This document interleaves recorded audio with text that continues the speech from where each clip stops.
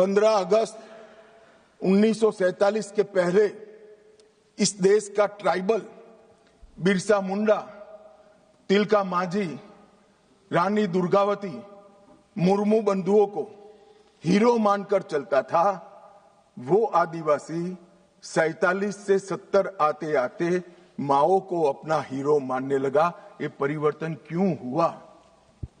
मान्यवर, ये परिवर्तन विकास और अन्याय के कारण नहीं हुआ, क्योंकि कठिन भूगोल के कारण और स्टेट की अनुपस्थिति के कारण अपनी विचारधारा को फैलाने के लिए वामपंथियों ने क्षेत्र को चुना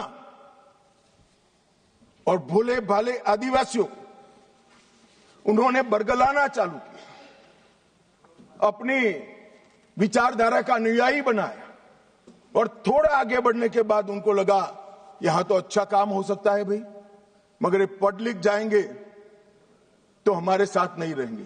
स्कूलें जला दी, इनके बैंक अकाउंट खुल जाएंगे तो हमारे साथ नहीं रहेंगे। बैंकें जला दी, दवाखाने जला दिए और फिर कहे यहां विकास नहीं पहुंचा है। विकास को तो वामपंथी उग्रवादियों ने वो क्षेत्र में सालों तक नहीं पहुंचने दिया, जो अब नरेंद्र मोदी के शासन में वहां पहुंच रहा है, घर घर जा रहा है। गरीबी के कारण नक्सलवाद नहीं फैला, बल्कि नक्सलवाद के कारण इस पूरे क्षेत्र में सालों तक गरीबी रही।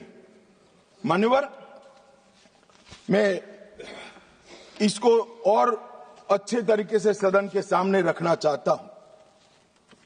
नक्सलवाद की जड़ें गरीबी और विकास से जुड़ी हुई नहीं है मान्यवर, वो वैचारिक है। मैं आज 60s के 4 क्षेत्र पढ़ना चाहता हूं। एक, नक्सलबाड़ी, साक्षरता का दर 35% था। बस्तर, साक्षरता का दर 23% था। सहरसा, बिहार, जो नक्सलवाद से कभी प्रभावित नहीं हुआ, साक्षरता का दर 33% था। और बलिया, यूपी का नक्सलवाद से सटा हुआ, सोनभद्र से सटा हुआ जिला, वहां पर भी साक्षरता का दर 31% है। तो चारों स्थानों पर साक्षरता का दर कमोबेश समान था। प्रति व्यक्ति आय नक्सलबाड़ी में 500 रुपया थी, सबसे ज्यादा थी चारों क्षेत्रों में। बस्तर में 190 रुपया थी, सहरसा में 299 रुपया थी और बलिया में 374 रुपया थी।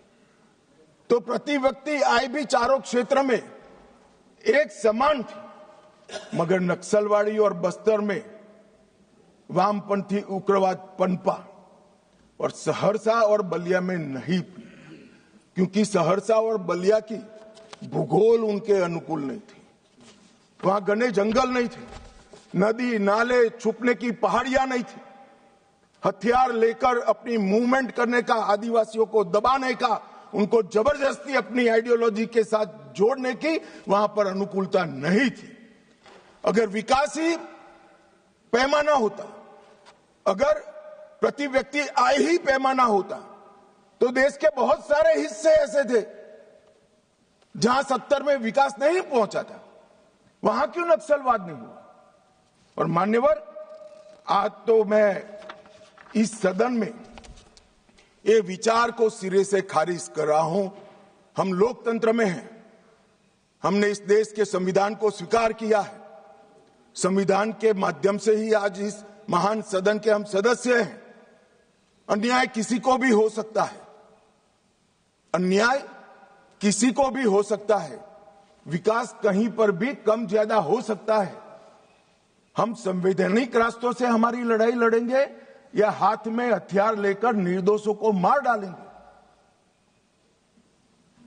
किस थ्योरी का यहां से समर्थन हो रहा था, मैं नहीं समझ रहा। अगर आप धमकाना चाहते हैं कि ये होगा तो ये भी हथियार उठाएंगे, ये होगा तो ये भी हथियार उठाएंगे, ये डरने वाली सरकार नहीं है मान्यवर। सबके साथ न्याय करने वाली सरकार।